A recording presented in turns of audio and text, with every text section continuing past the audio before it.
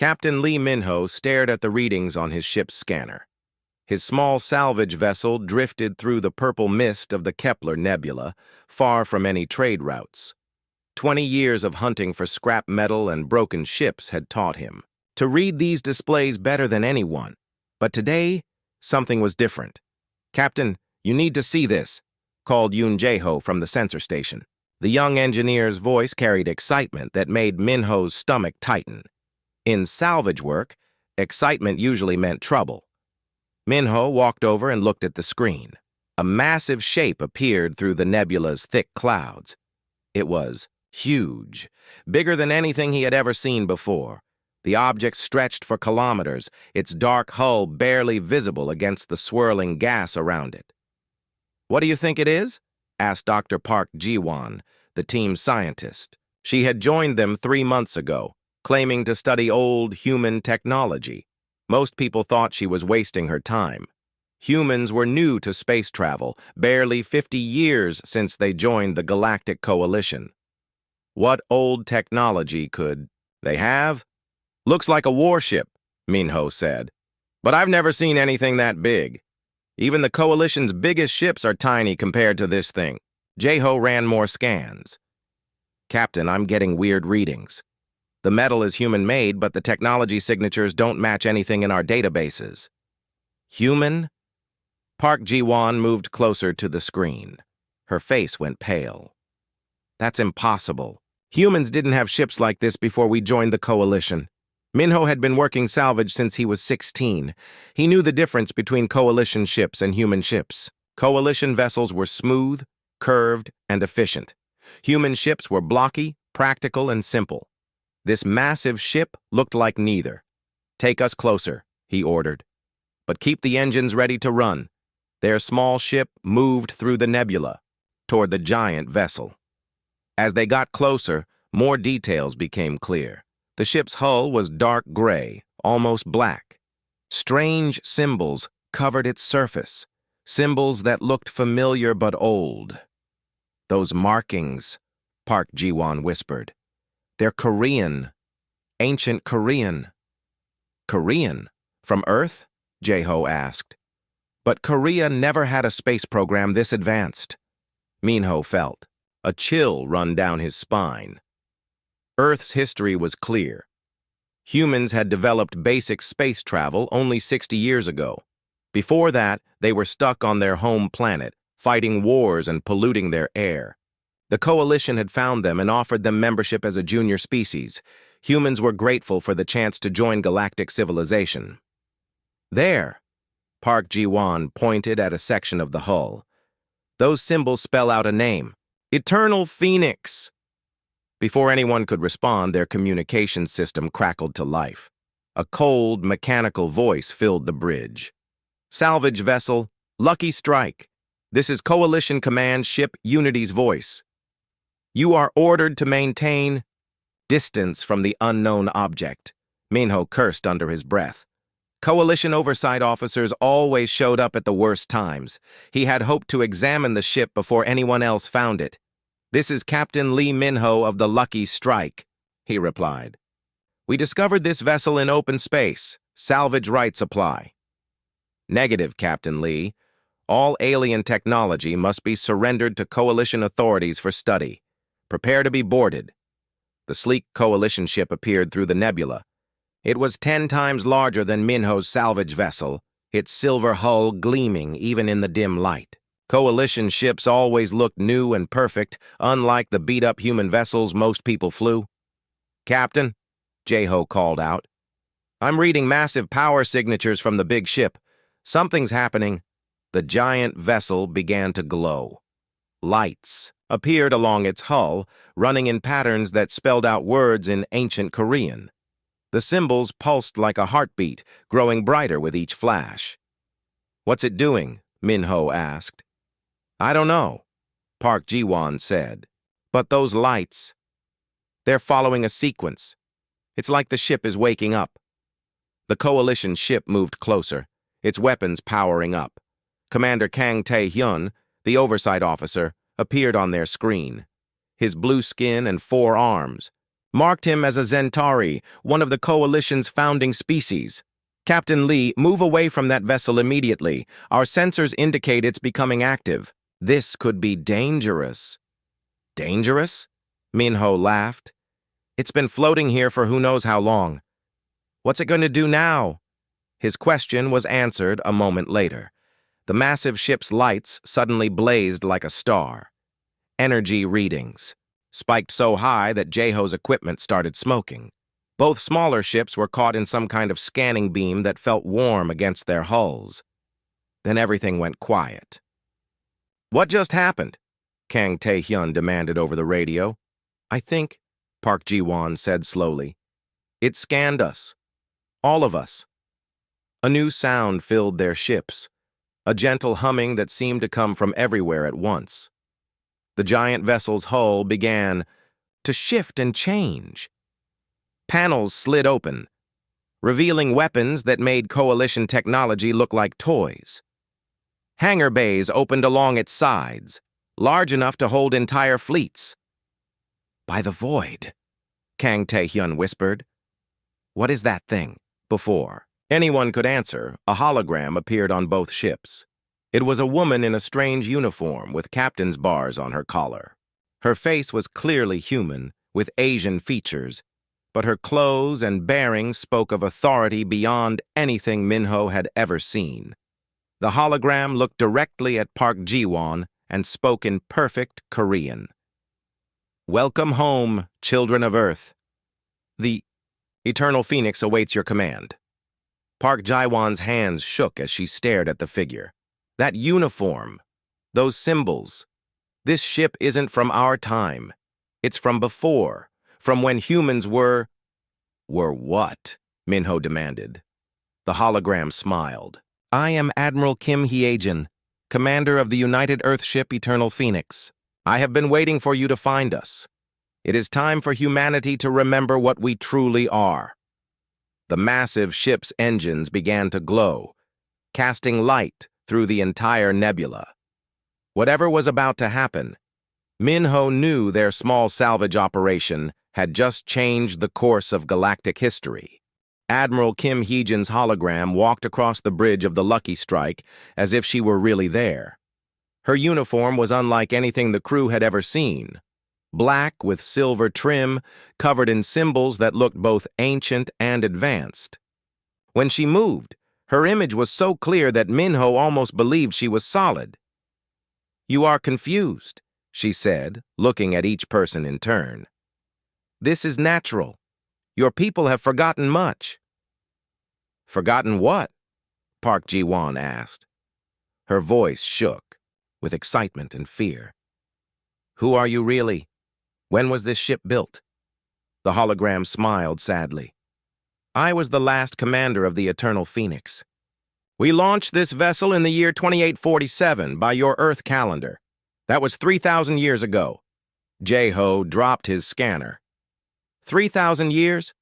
But humans only learned to travel in space 60 years ago.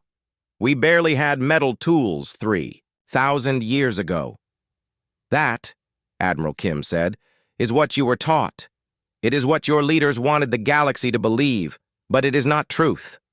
The massive ship around them hummed with power. Through the viewports, they could see the Coalition vessel backing away as more weapon systems came online. Commander Kang Tae-hyun's ship looked like a toy next to the awakening giant. Captain Lee, the Admiral said, turning to Minho. Your ship detected us through luck, but Dr. Park found us through blood.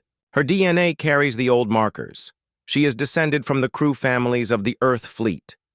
Earth Fleet? Park Ji-won whispered. There was no Earth Fleet. There was. We controlled half the galaxy once. 50 star systems, 100 colonies, fleets that could move mountains. But we grew tired of war. The other species feared us, fought us, tried to destroy us, so we made a choice. The hologram waved her hand, and new displays appeared around them. They showed star maps, battle scenes, and massive human ships fighting against alien fleets. The human vessels won every battle they showed. We withdrew, Admiral Kim continued. We pulled back all our fleets, abandoned our colonies, and hid our technology.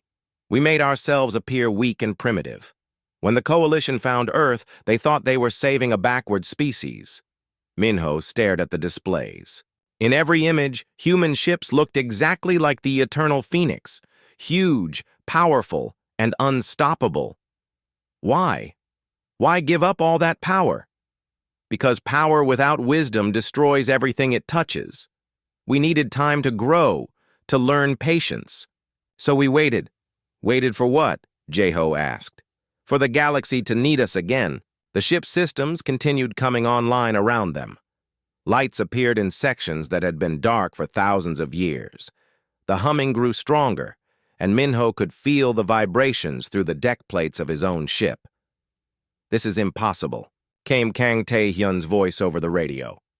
"Coalition records show no evidence of human expansion before contact." Admiral Kim laughed. "Commander Kang, your people helped us erase those records. The Zentari were among the species that feared what we might become. They were happy to see us disappear." "You're lying," Kang Tae-hyun said, but his voice lacked confidence. "Yoon Jae-ho," the Admiral said, looking at the young engineer. "You understand quantum neural networks, yes? Your education covered basic Coalition technology?" "Yes, ma'am," Jae-ho said. "Good. I need you to interface with our systems. The ship requires a living human to complete the awakening process." "Interface how?" "Place your hand on the console behind you, the one that just activated." Jae-ho turned and saw a new panel. Had appeared from the wall. It glowed with soft blue light and showed symbols in Korean and other languages. When he touched it, the light spread up his arm like water. "What's happening?" he asked, but he didn't sound afraid. He sounded amazed. "The ship is reading your genetic memory," Admiral Kim explained. "Every human carries traces of the old knowledge. We built it into your DNA before we withdrew." Jae-ho's eyes went wide. I can understand everything. The ship's systems, its history, its purpose. This isn't just a warship. It's a mobile factory, a research station, a city. There are sections for 10,000 people." "And it is." "Not alone," the Admiral said. New signals appeared on their sensors. Ships were awakening across human space. Dozens of them, all broadcasting the same ancient codes. Each one was as large and powerful as the Eternal Phoenix. "Impossible," Kang Tae-hyun's voice cracked. "Our satellites would have detected them." "Your satellites see what we want them to see," Admiral Kim said. "We have been hiding in plain sight for 3,000 years. Every mining station around dead worlds, every research facility and empty systems, they were all our ships, waiting, park." Ji-won studied the displays showing the awakening fleet. "Why now? What changed?" "The Kythera are coming," the Admiral said simply. Minho had heard that name in Coalition briefings. The Kythera were a machine intelligence from outside the galaxy. Coalition fleets had been fighting them for 5 years, losing ground every month. The war was going badly. "The Coalition's weapons cannot stop them," Admiral Kim continued. "Neither can their tactics or their technology, but we can." Jae-ho was still connected to the ship's systems. His voice sounded different now, older somehow. "Captain, this ship, it can build other ships from raw materials. It can repair itself, upgrade itself, even create new technologies. And its weapons? Show them," the Admiral ordered. The Eternal Phoenix turned toward a dead asteroid floating nearby. A single beam of energy reached out and touched the rock. In seconds, the asteroid was gone, not destroyed, but converted into pure energy that the ship absorbed.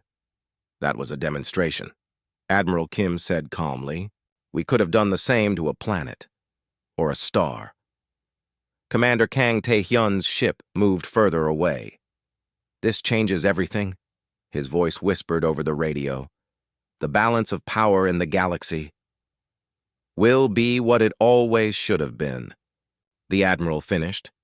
"Humans protected you by staying weak. Now we will protect you by being strong." The massive ship began to move through the nebula, its engines creating currents in the gas that spelled out messages in a dozen alien languages. The same message, repeated over and over. The Guardians have returned.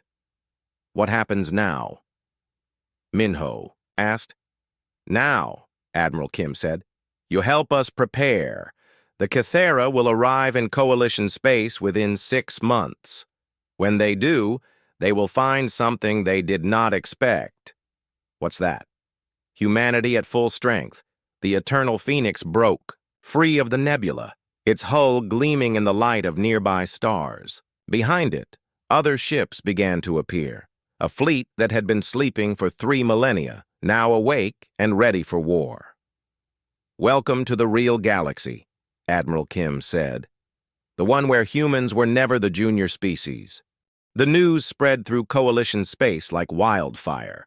Within hours, every government, every military command, every news network was talking about the same thing. Humans had been lying for 3,000 years.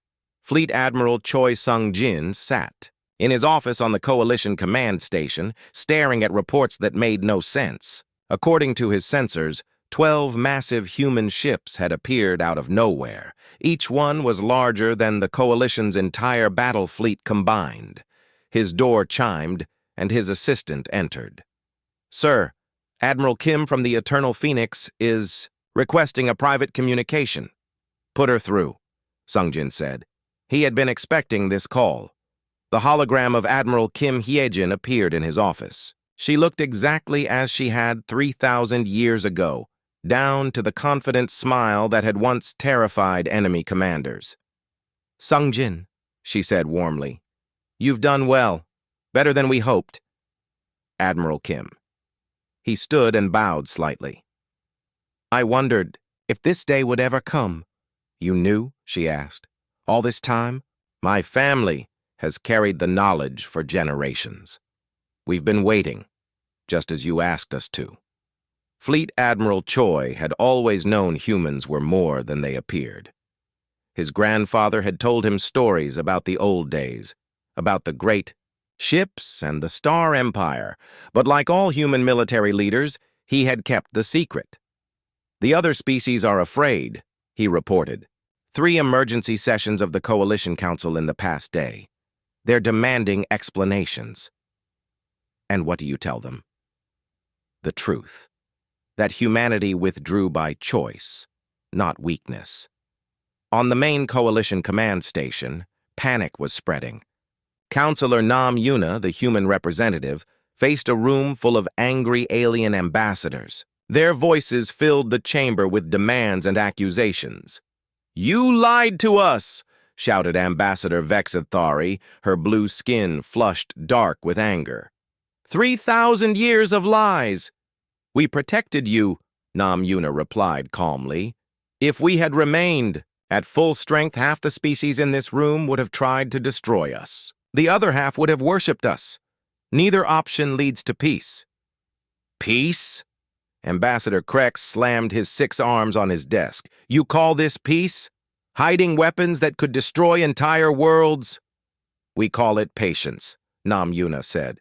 Something your species never learned. In the back of the chamber, Counselor Zepkith watched the argument with growing fear. The Kythera War had been going badly for months. Coalition fleets were losing battles, and several outer colonies had already fallen. If humans really had the power they claimed, why hadn't they helped before now? The answer came from Admiral Kim's next transmission, broadcast to every Coalition world simultaneously. People of the galaxy, her voice said over every communication channel. We withdrew not from fear, but from love. We could have ruled you, but we chose to guide you. Instead, we could have conquered your worlds, but we chose to let you grow. Now, the Kythera threaten everything we have all built together. It is time for the Guardians to return. The transmission showed footage from the Eternal Phoenix's sensors. Kythera machine fleets moving through dark space, heading for Coalition territory. Their ships looked like metal spiders, all angles and cutting edges. Behind them followed massive factory ships, ready to strip entire worlds for resources. "They will arrive at your borders in 5 months," Admiral Kim continued. "Your fleets cannot stop them. Your weapons cannot hurt them. But ours can." The footage switched to show human weapons firing. Where coalition beams barely scratched Kythera hulls, human energy weapons cut through them like paper. Where coalition ships fled from Kythera swarms, human vessels stood their ground and won. "We offer you a choice," the Admiral said. "Accept our protection and leadership, or face the Kythera alone." High Admiral Vexathari commanded the Coalition's largest battle fleet. She had spent 40 years fighting various wars across the galaxy. She considered herself one of the finest military minds of her generation. But as she watched the human weapons demonstrations, she felt like a child playing with toys. "How?" she asked her tactical officer. "How did they hide this from us?" "Unknown, Admiral. Our sensors show their current technology is at least 500 years ahead of anything we have." 500 years? She laughed bitterly. "Look at those weapons. Look at their ships. This is thousands of years beyond us." Her communication officer called out, "Admiral, we're receiving movement orders from Coalition Command. The entire fleet is being called back to defend the core worlds." "From the humans?" "No, Admiral. From the Kythera. They've accelerated their schedule. They'll be here in 2 months, not 5. Vexthari felt her blood turn cold. 2 months was not enough time to prepare any defense, not with Coalition technology. On Earth, President O. Daejung met with his secret council in a bunker, deep beneath Seoul. The room contained humans who looked ordinary, but carried knowledge that could reshape the galaxy. "The awakening is complete," reported General Park Wonho. "All 12 Eternal-class ships are operational. The factory ships have begun producing the new fleet." "What about the Coalition response?" the President asked. "Fear, mostly. Some anger. But that's fading as the Kythera threat becomes real. Admiral Vexathari has requested a meeting." "And the other species?" "The Zentari are calling for our technology to be seized by force. The Hiekaran want to negotiate for alliance. The Kytheri—" General Park paused. "The Kytheri are asking to surrender themselves to human protection." President O nodded. The Kytheri were a peaceful species, known for their art and philosophy. If they were asking for protection, they understood how serious the threat was. "What about our people? The ones who didn't know?" "Confusion, mostly. Captain Lee and his crew are adapting well. Dr. Park has accepted the truth easily. Her family's genetic memories are strong. Most humans are proud to learn what we really are." Back in space, the Eternal Phoenix moved through Coalition territory, like a silent promise. Everywhere it went, alien ships moved aside. Its mere presence changed the balance of power on every world it passed. Captain Lee Minho stood on its bridge, still amazed by everything around him. The bridge was larger than his entire ship had been, filled with technology he was only beginning to understand.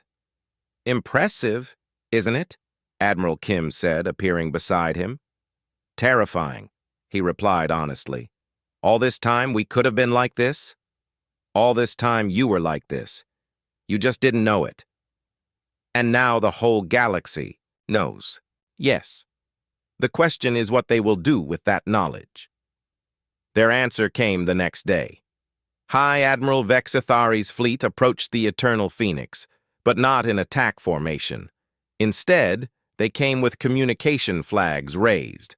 The "Universal signal for negotiation. Admiral Kim," Vexathari's voice came over the radio. "I request permission to come aboard. The Coalition needs to talk." "Granted," Admiral Kim replied. "But know this. We are no longer the junior species seeking approval. If you want our help, you will accept our terms." "And those terms are?" "Complete. Equality in all Coalition decisions, access to all military planning, and recognition that humanity is the galaxy's senior guardian species." There was a long pause before Vexathari answered. I will convey your terms to the Council." "Do so quickly," Admiral Kim said. looking at displays showing Kithra fleets moving closer. Time is running out for all of us. The emergency session of the Coalition Council had been going for 6 hours. Representatives from 47 species argued, shouted, and made demands. At the center of it all sat Councillor Nam Yuna, calm and patient as the storm raged around. "Her! The humans must share their technology immediately," demanded Ambassador Krex, his voice echoing through the chamber. "If they truly care about the galaxy, they will give us the tools to defend ourselves." "Share?" Nam Yuna asked quietly. "Like you shared your quantum shields when humans asked for them 5 years ago? Like the Zentari shared their engine designs when our colonies needed faster transport?"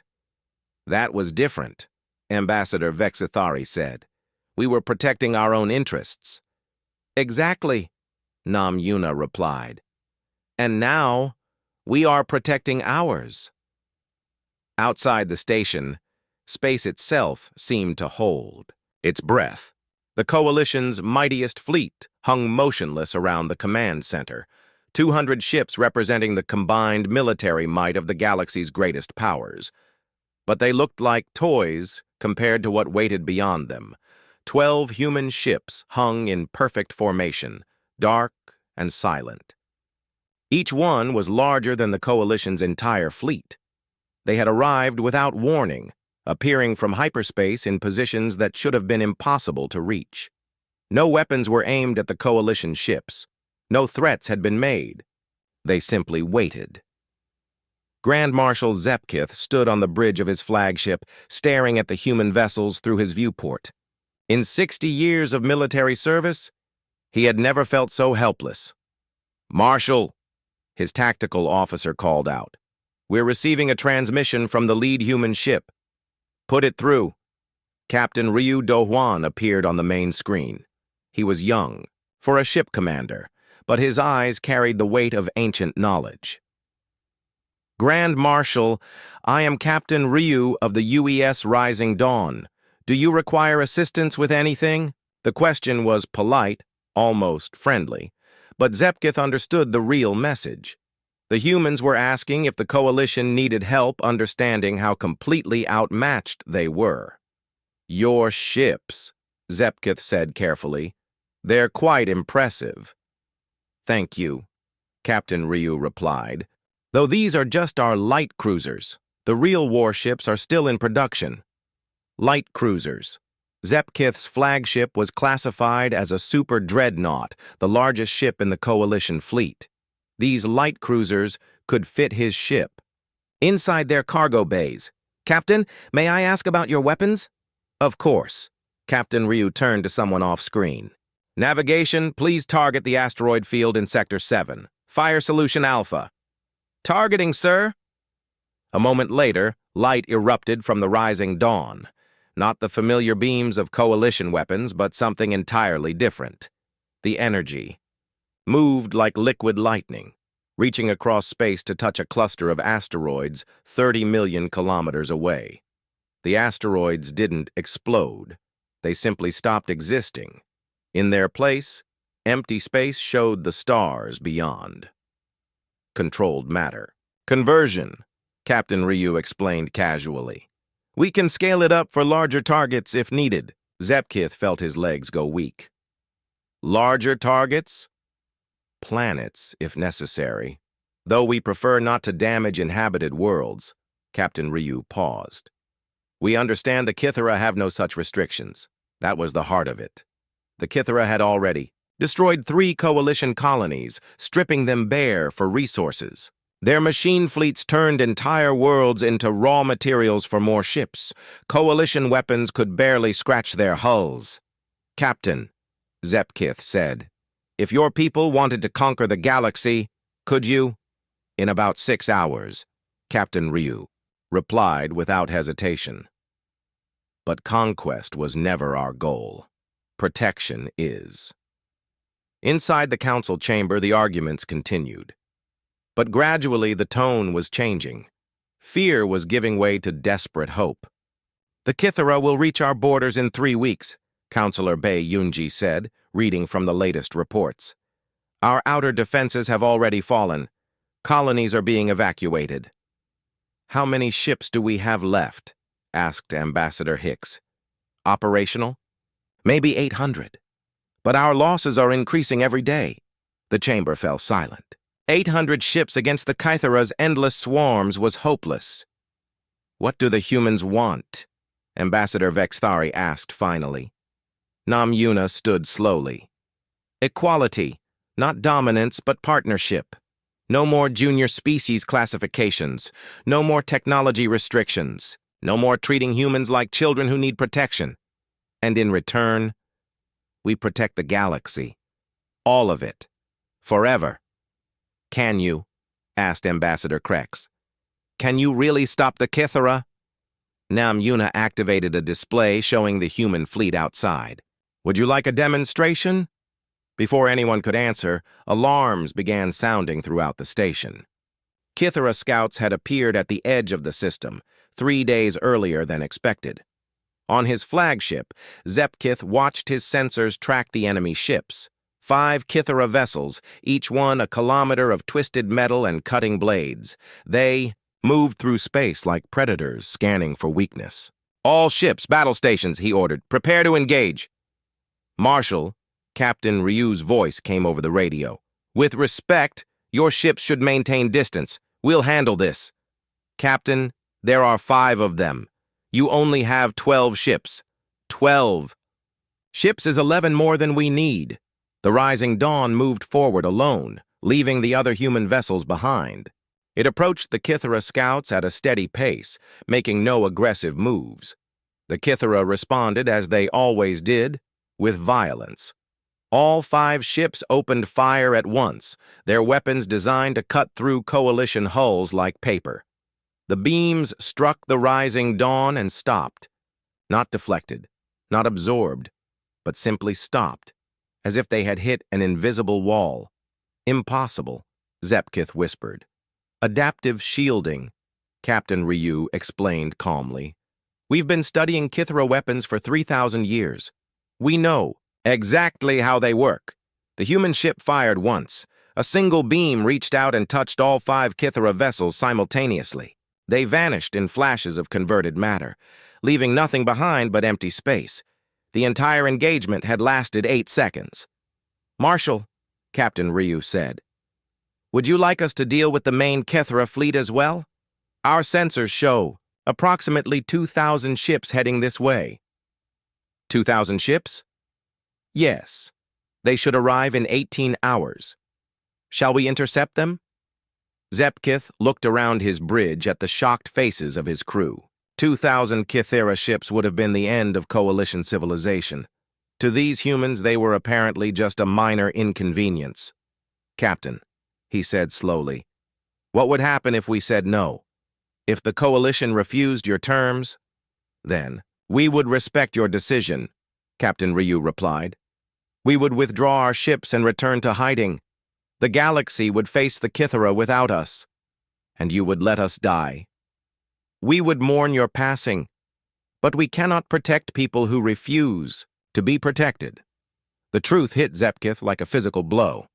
For 3,000 years, humans had been holding back. They had let other species think they were in charge while quietly protecting them from threats they never even saw. Now a threat had come that required them to reveal themselves, and they were asking for nothing more than honesty in return. Captain, he said, I think the Coalition Council needs to vote again. In the chamber, the vote was unanimous. 47 species, all agreeing to the same thing for the first time in Coalition history. Humanity would no longer be the junior species. They would be the guardians they had always been, but this time, everyone would know it. 6 months later, President O. Dae-jung stood before the reformed Galactic Assembly. The chamber had been rebuilt on Earth, in the mountains outside Seoul. Representatives from every species in the galaxy filled the curved seats, but now they looked to the human podium at the center. The Kythera War is over, he announced. The machine fleets have been destroyed. Their factory worlds have been converted to peaceful research stations. The threat is ended. Applause filled the chamber, but it was respectful rather than celebratory. Everyone knew what those simple words really meant. Humanity had fought a war against machines that had terrorized the galaxy for 5 years, and they had won it in 3 weeks. Admiral Park Wanho stood beside the president, wearing the new uniform of the Terran Guardian fleet. The silver and blue design looked nothing like old coalition military dress. It was simultaneously elegant and practical, clearly marking its wearers as something beyond ordinary soldiers. "The transformation is complete," Admiral Park reported. "All coalition fleets have been upgraded with human technology. Former enemy territories have been secured and are being restored. The galaxy is at peace." It had been an amazing transformation. Human factory ships had worked around the clock, upgrading coalition vessels with shields that could stop Kithara weapons, engines that could outrun machine swarms, and weapons that could cut through their hulls. The process had taken months, but the results were spectacular. Councillor Bai Yunji, now the Speaker of the Reformed Assembly, stood to address the gathering. "We have learned much in these past months about trust, about partnership, and about the wisdom of patience."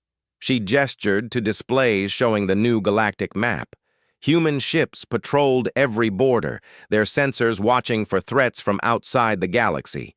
But they were not alone. Coalition vessels flew beside them, crews, mixed with humans and aliens working together as equals for the first time. "The old system was based on fear," Baiyunji continued. "Fear of the strong, fear of the weak, fear of change. The new system is based on trust. Trust that power will be used wisely. Trust that protection will be given freely, and trust that growth comes through cooperation." Captain Lee Minho sat in the observer section, still amazed by how much his life had changed. His small salvage ship had been replaced by a new vessel, still called the Lucky Strike, but now equipped with technology he was only beginning to understand. More importantly, he commanded a mixed crew of humans and aliens, all of them working together to explore the unknown regions of space. "The transformation has not been easy," President O admitted to the assembly. "Many of you felt betrayed when you learned the truth about humanity's past. Some of you wanted to fight us rather than accept our protection, but wisdom has prevailed."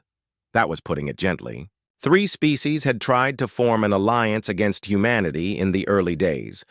Their fleets had lasted exactly long enough for human ships to disable their weapons and escort them home. No shots had been fired, no lives lost. But the message was clear. Resistance was pointless. "The Zentari delegation has something to share," Baiyunji announced. Ambassador Vexthari stood, her blue skin now marked with the silver tattoos of deep respect. "My people have completed our historical research. We have found evidence of humanity's true past in our oldest archives, records we had sealed and forgotten 3,000 years ago." She activated a display showing ancient documents. "These files confirm everything the humans told us. We did fear them. We did help hide their technology. And we did ask them to withdraw from galactic affairs," the chamber murmured as the implications sank in. The Zentari were known for their honesty and careful record-keeping. If they admitted to helping humanity disappear, then every word of the human story was true. "Why did you hide this?" asked the Cathari representative. "Because," Vexthari said, "sadly, we thought we were protecting ourselves. We saw human power and assumed they would use it against us. We never imagined they would use it for us." Dr. Park Jiwon had been given a new position as Director of Galactic Archaeological Research. Her job was to help other species rediscover their own forgotten histories. It turned out that humanity was not the only race with hidden secrets.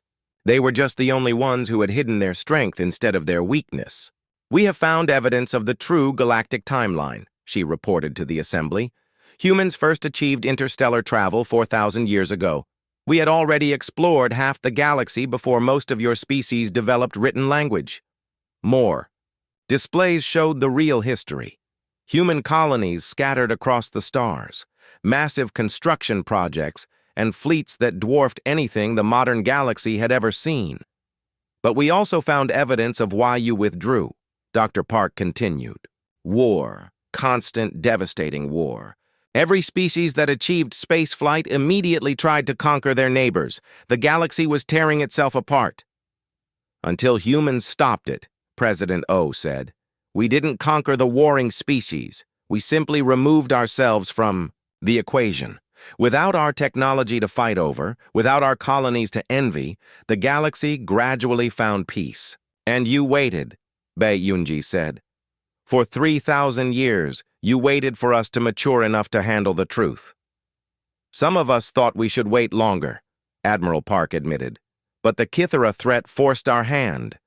We could not protect the galaxy while hiding our true nature. The assembly chamber had windows looking out over Earth's surface. But what the alien delegates saw through those windows was shocking. The planet they had always known as a backwater world was transforming before their eyes. Massive cities were rising from the oceans, cities that had been hidden beneath the waves for millennia. Ancient orbital stations were revealing themselves, dropping their camouflage to show technology that made coalition space platforms look primitive. Even Earth's moon was changing, artificial craters sliding open to reveal shipyards that had been building vessels in secret for thousands of years. Earth itself was hidden, President O explained to the startled delegates. What your sensors saw as a simple planet was actually our greatest construction project. The continents, the oceans, even the weather, all of it carefully designed to appear natural while hiding our true capabilities. Captain Ryu Dowan entered the chamber, fresh from a patrol mission to the galaxy's edge. His ship had been exploring beyond the traditional borders, mapping regions that had never been visited by coalition vessels. Report, Captain, Admiral Park requested. All clear, Admiral. No signs of Kithara remnants or other external threats. But we did find something interesting. He activated a new display. Evidence of other galaxies with intelligent life. Some hostile, some friendly, all of them more advanced than we expected. The chamber fell silent. The implications were staggering. How many?